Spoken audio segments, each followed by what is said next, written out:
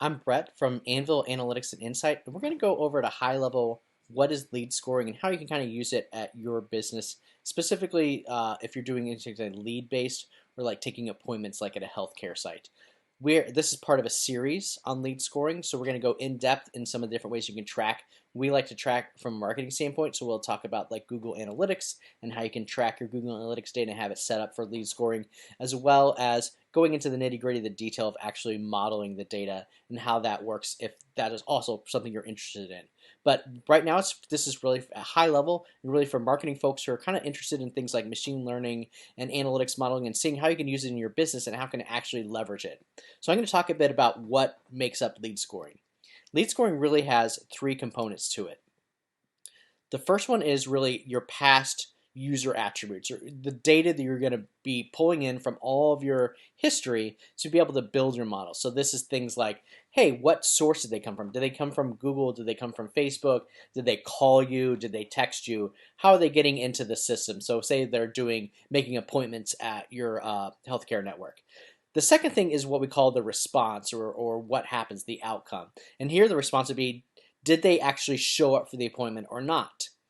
And then the last thing is you actually build your analytics model that can give a score, a percentage, say 0% chance they're going to show up or 100% chance they're going to show up. And this is used in different models. Some are called like logistic regression or Logit.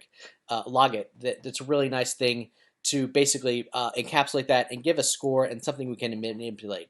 And then the outcome is whenever a new person comes in and makes an appointment, we can actually give them a score and say, hey, this person is likely to show up or not likely to show up. And here's what that could kind of look like.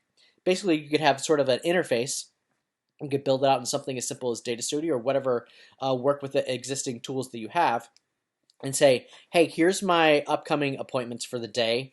And then here is the likelihood of each one of these patient IDs of missing their appointment. And this is really helpful too because it's all about maximizing people's times and also not maybe even controlling staff. So it's about controlling cost as well. So you could say, hey, we currently have, like 100 patients that come in a day. We have to call each and every one of them. So we have to have a staff who's just dedicated to calling these people.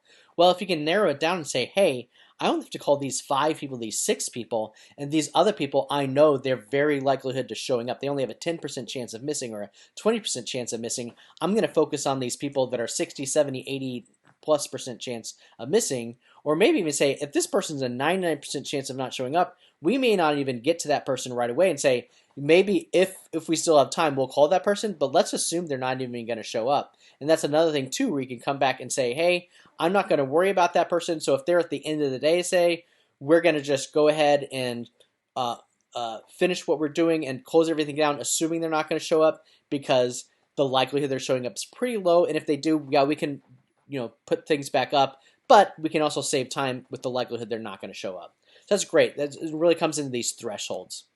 So the really important thing here is how we get there. And how we get there is data about the existing users. So collecting that data from all the different sources and then combining it together. So if you say your Facebook data and you have your Google Analytics data and then you have your actual appointment system, say you're using something like InQuicker or an internal system, that you're able to see a lot of things about the appointments and be able to help string all that activity together to a single person and then say, then you can really start putting that data in and then we can weigh that through the model, the logistic regression or whatever it is. And what it does, it will come in and see all these different, what we call features, these different attributes and say, hey, in this particular instance, Google search is really important, or maybe, phone calls are really important. And it combines these things together and says, what's the percentage the person is likely to show up. So it might be if you visited the homepage and it's on a Tuesday and you came from Google search, there's a very high chance you're going to show up.